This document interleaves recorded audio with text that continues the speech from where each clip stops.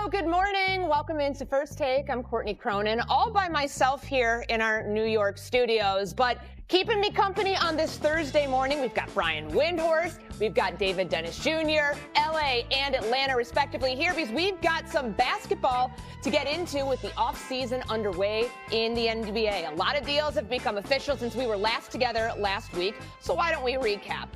Thunder champion and league MVP Shai Gilgeous-Alexander has signed his Supermax extension, and now the Thunder are giving Chet Holmgren a fully guaranteed 5-year rookie max extension that could reach $250 million. Meanwhile, former number 1 pick Paolo Banchero agreed to a 5-year rookie max extension with the Magic that could reach $287 million after having a career year last season where he averaged nearly 26 points per game. And just last night, you might have been sleeping, but Suns superstar Devin Booker agreed to a 2-year, $145 million max extension. Goes all the way through to the 2029-2030 season. Booker's average annual value of $72.5 million is now the richest in NBA history, surpassing SGA's latest deal. Wendy, I'm starting here with you on Devin Booker, a big one for the Phoenix Star. What was your initial reaction to that deal? Well, let me just say a couple of things on this one, Courtney. I know people are going to react to that enormous number and that fact that you just said, that is the largest per season contract in NBA history. I just want to point out that this contract is for 3 years from now, for years 4 and 5 of the deal. And by 29 and 2030, $70 million is going to be the going rate for a max level player in the NBA. And by actual percentage of the salary cap, he's actually will be making less potentially by percentage in 5 years than he's making this year with the Suns. That's trying to give you some context. But the Suns decided to do this deal months ago. When they entered the offseason, they knew they wanted to make sure their franchise player was locked up, especially as they were preparing to trade Kevin Durant. Booker decided he was going to take it at that time. And I know this because he's been involved with the major decision-making in the franchise in the offseason. He was part of the interview process with Jordan Ott, who won a long, multi-candidate search to get that head coaching job. When they traded Kevin Durant, they consulted with Booker before taking the deal that they did with the Rockets. Booker has been in lockstep with the franchise. Now, if you want to say to me, should Devin Booker in his prime be locking himself up for the next 5 years with a franchise that is hamstrung by some flawed trades it's made over the last couple of years, particularly Durant and Bradley Beal? That's a different concept. But I would say to you, as I would say to anybody, if somebody offers you $145 million, the answer is probably yes. And that is the big reason why Booker took it, in addition to him being a huge Kobe Bryant fan and wanting to do what Kobe did, which is to play his whole career with one team. David, what's your reaction? Yeah, let's start with the positive here. Let's start with the positive here with Devin Booker. Devin Booker absolutely deserves this kind of money. He's one of the best shooting guards in the league. He was the best player on a team that went to an NBA Finals a few years ago. This makes all the sense in the world for him from a financial standpoint. $145 million, a lot of money. Now, let's talk about the problem here. The Phoenix Suns are doomed to purgatory and one of the more rudderless franchises that we have in all of the NBA. And I don't think there's a franchise I would want to be less for the next few years than this Phoenix Suns team. A few years ago, they had what was the blueprint for the type of team that gets to championships and gets deep into playoff runs. They had a player in Devin Booker. They had a young core around them. They had a team that everybody is trying to emulate right now.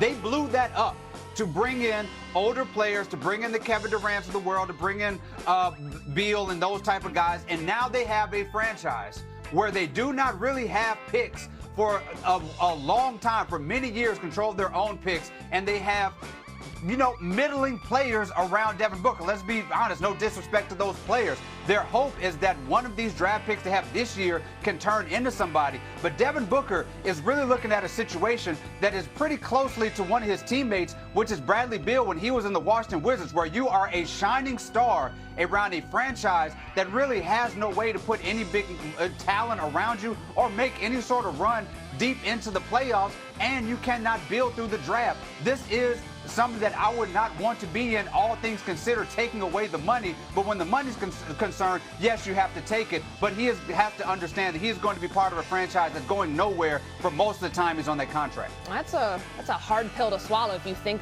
of the fact that he's 28 years old right now. I'm not even thinking about 5 years down the line when he's 34. And Windy, obviously, he had 3 years remaining on his current contract before they did this extension. But he's the face of Phoenix sports, guys. Like, this is something that was in the works for a while, and they had to do it. But I'm thinking of what David just said, Windy, like the most directionless franchise in the West in the NBA. How do you react to that? Well, it's possible, Courtney, that the Suns are about to make another 5-year deal. They have had discussions with Bradley Beal about buying him out of his contract. And I mean, we just saw this with Dame Lillard in Milwaukee. If this happens, and it's still an if, and they waive and stretch him, which is something I think they're seriously considering, Bradley Beal would be on the books for 5 more years. That means that while Devin Booker is making $70 million in 2028, 29, and 29, 30, Bradley Beal would be making $22 or so million in that same year.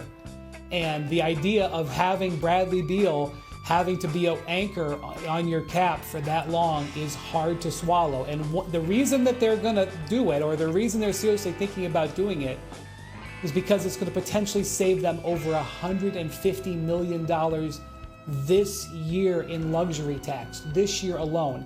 It is not a move that like Milwaukee did, where they're trying to bring in a player to help him immediately, help Giannis Antetokounmpo immediately. At least that you can go to your franchise star and say, we're doing this, it's going to hurt us in the future, but we want to get you a center. If this happens, and I want to underscore if they buy out Bradley Beal, it would be to save luxury tax money. And by the way, $150 million, that's a reason to do it. But that's the situation that Devin Booker is re-signing with, and I think everybody's eyes are wide open. Wave and stretch, I guess that's kind of like the new bend and snap, maybe. Anybody get the Legally Blonde reference there? Am I the only one? Okay. All right, so you mentioned Giannis Antetokounmpo. Let's pick up there from stars with some long-term staying power to one that we are closely watching to see what his future holds in Milwaukee. When Giannis' season ended in the first round of the playoffs, our Shams Charania reported that for the first time ever, the Greek Freak was open to playing for another team. So far, crickets on that front, but Giannis was on a stream with iShow Speed this morning and was asked whether he's staying put. LA, the tax is bad. New York, tax is bad. Yeah. Hell no. A lot of people tried to convince me to go and play there and stuff. Oh, no. Wow. So you staying in Milwaukee? Probably. We'll see. That's the hard-hitting journalism we want there. A direct question towards Giannis. Windy, obviously some hemming and hawing. He probably doesn't want to lay it all out there when his mind isn't made up. But are these comments something or nothing? Real talk, that was a great question, and thank you for asking it. Also, Courtney, Giannis is having a better day than me and you. He is seaside, I think, in Greece. So let's keep that in mind. I'm not going to sit here and overreact to this, but the fact that he just said we'll see is the basis of why a bunch of teams are considering holding their assets to try to